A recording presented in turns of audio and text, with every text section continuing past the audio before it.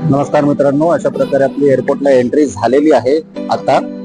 आणि घरातले थोडेसे भाऊक आणि आनंदी पण आहेत की मुलगा बाहेर गावी चाललेला आहे. पण प्रोजेक्ट थोडं मोठं असल्यामुळे आणि आपल्या सर्व दर्शकांना आफ्रिकेबद्दल पूर्ण माहिती देण्यासाठी आफ्रिका खंडाची मला थोडं जास्त वेळ तिथे स्पेंड करावा लागणार आहे. आणि एक वर्षभर तरी मी तिथे असणार आहे. तुम्ही पाहू शकता की खूप सुंदर असं मुंबईचं हे एअरपोर्ट आहे आपलं. पहा, हे वेगवेगळे असे तिकीट म्हणजे बोर्डिंग पास साठी काउंटर्स आहेत. तुमची एअरलाईन्स कोणती आहे त्या एअरलाईन्सचे तुमचे बोर्डिंग पास तुम्हाला पर्टिक्युलर त्याच जागी भेटतात. जसे आता तुम्ही समोर पाहू शकता की मलेशियन एअरलाईन्सचे बोर्डिंग पास तिथे मिळत आहेत. त्याच्या व्यतिरिक्त बाकी हाय लायन एअरलाईन्स आहे, वेगवेगळ्या एअरलाईन्स, हे सगळे काउंटर्स असे बनलेले आहेत. तर आता आपल्याला जे बोर्डिंग पास कलेक्ट करायचा आहे तो 5 नंबरवरून कलेक्ट करायचा होता. हे पहा मित्रांनो, तुमच्यासाठी स्पेशली कोल्हापूरचं पण वडाप इथं लागलंय. ते कोल्हापूर नसून क्वालालंपूर आहे, पण ठीक आहे. आपल्या गावाकडे येणार आहे तो वडाप. आपण पण आता आपलं बघायचं वडाप कुठं लागायला लागलंय. आपलं वडाप जे केनिया एअरलाइन्स आहे त्या वडापासाठी आता खूप वेळ आहे. तसा तर खूप वेळ आहे माझ्याकडे. 9:30 वाजलेले आहेत. माझी 2:30 वाजताची फ्लाईट आहे. आयडियली मी या फ्लाईटसाठी मला जवळपास 10:30-11 वाजेपर्यंत जरी आलो असतो तरी चाललं असतं. बट सर्व दर्शकांना व्यवस्थित पूर्ण सीन दाखवायचं असल्यामुळे मी थोडं लवकर आलेलो आहे. हे पहा, एअर इंडिया डोमेस्टिकचं आहे. परत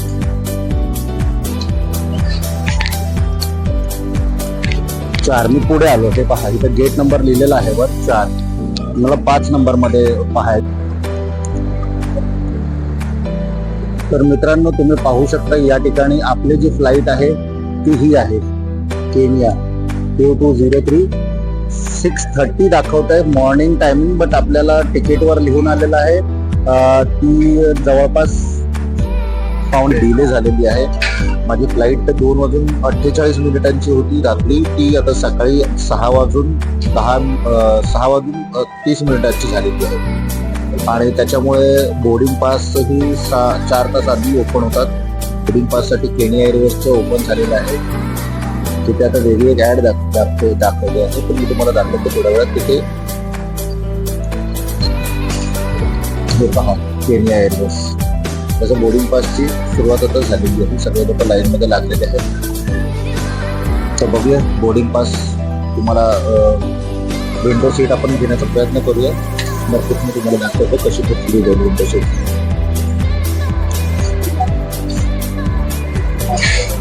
तर तुम्ही पुन्हा पाहू शकता मित्रांनो, आपल्या इकडे चालू आहे आता. इथे केनिया एअरवेज साठी एक काउंटर ओपन केलेलं आहे. आणि इकडे एक आहे फर्स्ट क्लास आहे, सगळ्या इकॉनॉमी क्लास साठी आहे. आपण सध्या लाईन मध्ये आहोत. आपल्या पुढे 3 नंबर आहे आणि फास्ट प्रोसेस आहे. आपण त्याची कसं म्हणायचं असतं की मस्त जरा खिडकीजवळली सीट द्या. खिडकीजवळली सीट देतात तर पाहूया आता कसं काय व्हायला लागलं. तर आपलं पासपोर्ट घेतलेलं आहे. आपलं हे प्रोसेस होत आहे बोर्डिंग पास. आणि बोर्डिंग पास सोबत विंडो सीट आपल्याला भेटलेली आहे.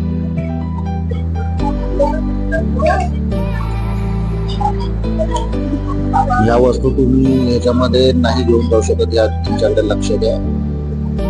मेल कटर, स्पीकर, अल्कोहोल वगैरे असं काही नाही.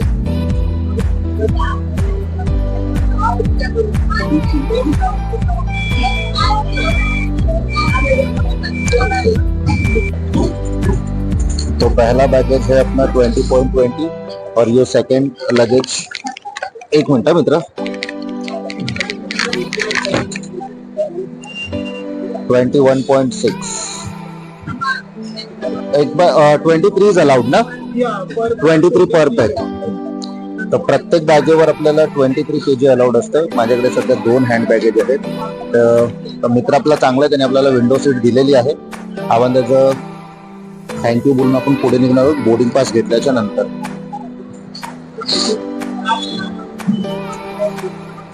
So I'll get everything in Freetown directly. This is your onward boarding pass from Nairobi to Freetown. Your both the backpacks are placed here. Right. Claim time. This is your current boarding pass from Bombay to Nairobi. Right. You have one piece of handbag and it weighs 8 kg. Right. Okay. This is your flight number. This is your boarding time, sir. Gate is 67B. Okay. Yeah, this is the 26J seat number and this is the 29A seat number. Both are the window seat. Window seat. For both the flight. Okay. Have a nice Thank you day, very sir. much. मध्ये दोन गोष्टी असतात, एक check in baggage असतं आणि एक hand baggage. Check in baggage मध्ये तुम्हाला 2 बॅग्स अलाउड असतात, ज्याच्यामध्ये तुम्ही 23 kg पर बॅगेजेस अलाउड असतं.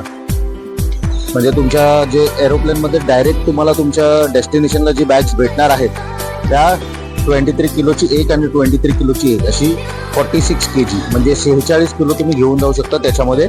आणि जी हँड बॅगेज असते त्याच्यामध्ये साधारणतः तुम्ही 7 kg धरून चालतात, पण कमी जास्त 1-2 किलो मॅनेज होतं.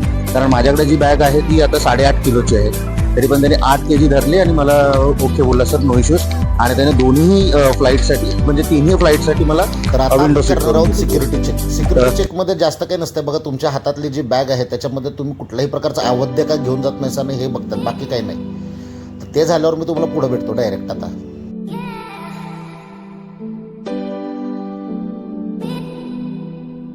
मित्रांनो, जस्ट आपण सिक्युरिटी चेक्स पास करून आलेलो आहोत आणि त्याच्यानंतर आपण जाणार आहोत इमिग्रेशन. हे अशा इमिग्रेशनसाठी लाईन्स असतात. नमस्कार मित्रांनो, पुन्हा आपलं स्वागत आहे. इमिग्रेशन झालेलं. इमिग्रेशनच्या नंतर मी तुम्हाला व्हिडिओ दाखवू शकलो, इमिग्रेशनचा दाखवू शकलो नाही कारण आपण आता सध्या ड्युटी फ्रीमध्ये आहोत. ते पहा बॉस आणि हे चिवास, ज्यांना कोणाला आवड आहे चिवास त्यांनी कमेंट. Which brand. तिथे परत इंडियन मेड इंद्री पण आहे. इंद्री हाऊस ऑफ ग्रीन.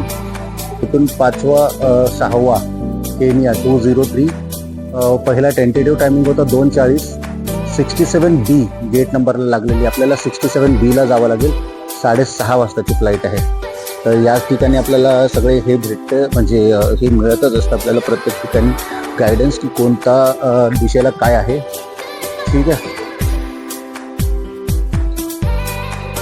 या ठिकाणी आपण अदानी लॉन्ज आहे तिथे ट्राय करूया. Prayer room, all the gates, food court आहे आणि बेबी केअर रूम, टॉयलेट्स वगैरे यासाठी सर्व हे असं असतं.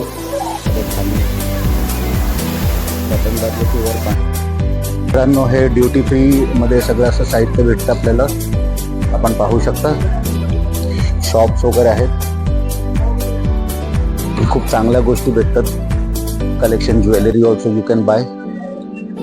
तुम्ही सगळं काही घेऊ शकता बघा इकडे.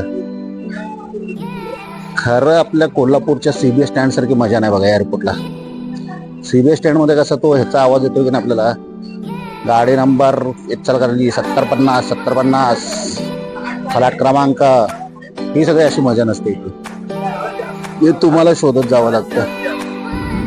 तर मंडळी, सकाळचं जे 2:30चं विमान होतं ते आता सकाळी 6:30ला उठणार होतं. आणि अशा रीतीनं मी म्हटलं आता इकडे तिकडे जाण्यापेक्षा आपण डायरेक्ट जाऊन आपल्या विंडो सीटला बसावं. नाहीतर कुठला तरी अण्णांनी पिशव्यावरून टाकायचं आणि म्हणायचं बाबा विंडो मी पकडल्या म्हणून.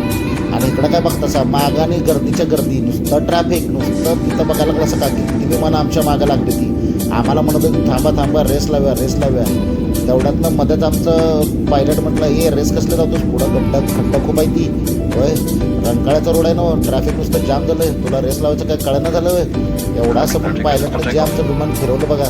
तो म्हटलं नाही बाबा, आम्हाला काय रेस वगैरे लावलं जमत नसतं तुमच्याबरोबर. तिकडं आमची पॅसेंजर्स बसल्यात कधीपासून त्या काकीने ओरडायला लागला ती. म्हणून तो जे विमान पुढे घेऊन आलाय बघा. आता आम्ही म्हटलं जातो बाबा आमच्या काय, आम्हाला तुमच्यावर काय रेस नको म्हटलं. आणि त्या मागच्या ड्रायव्हरला आला राग. ते म्हणायला लागलं आमच्यावर रेस लावण्यात झालाय सोय, मग जा की उडत. आमचं पण पायलट ढीप उडत जा म्हटलं. खरोखर उडायला लागलं की होय हे. आता मी म्हटलं ह्याला काय म्हणायचं, तर मी म्हटलं उडू दे एकदाचा, त्याच्यानंतर याच्याशी. आत्ता उडत आल्यावर बघतो तर काय आहे आपली स्वप्नसुंदरी नगरी मुंबई.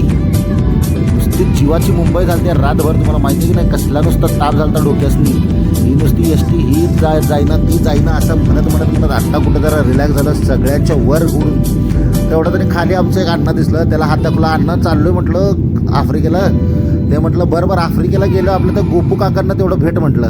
मी बोललं बरं आत्ता जातो, जरा समुद्र दिसायला लागलाय, तुमचं काय ऐकायला झालं म्हटलं. मग पुढं जाऊन आणि तुम्हाला फोन करतो म्हटलं. प्लेन उडलं तोच त्यांनी जेवण आणून दिलं. हो मला वाटलं दिला असेल रस्सा भात आणि त्यात जरा मटणाचे जरा फोडी टाकले असतील. खरं तसलं कुठं काय आलं इकडं. त्यांनी दिलं तर आपलं काहीतरी भलतंच. माझं काय ते जेवणामध्ये काय मन रमलं नाही. मी म्हटलं आपलं गप ढगाकडं. असं करत आपण ऐक नाही आफ्रिकेच्या नायरोबी म्हणजेच या शहरात उतरलेलो आहोत.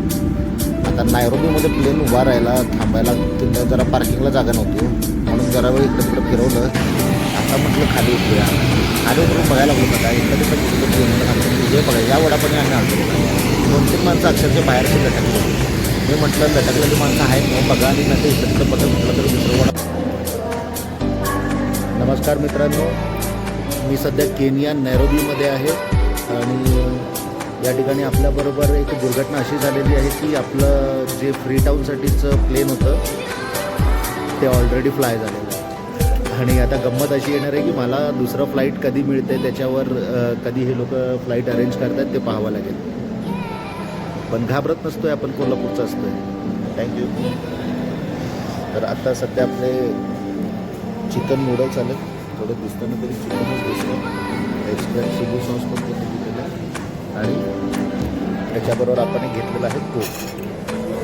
तर हे यांच्या एअरपोर्टला आपल्याला कितीला मिळालं असेल? यांच्या एअरपोर्टला आपल्याला हे मिळालेलं आहे $15. नमस्कार मित्रांनो, आपलं आता सध्या खाऊन झालेलं आहे. तुम्हाला हे दाखवतो ड्युटी फ्री एरिया पहा.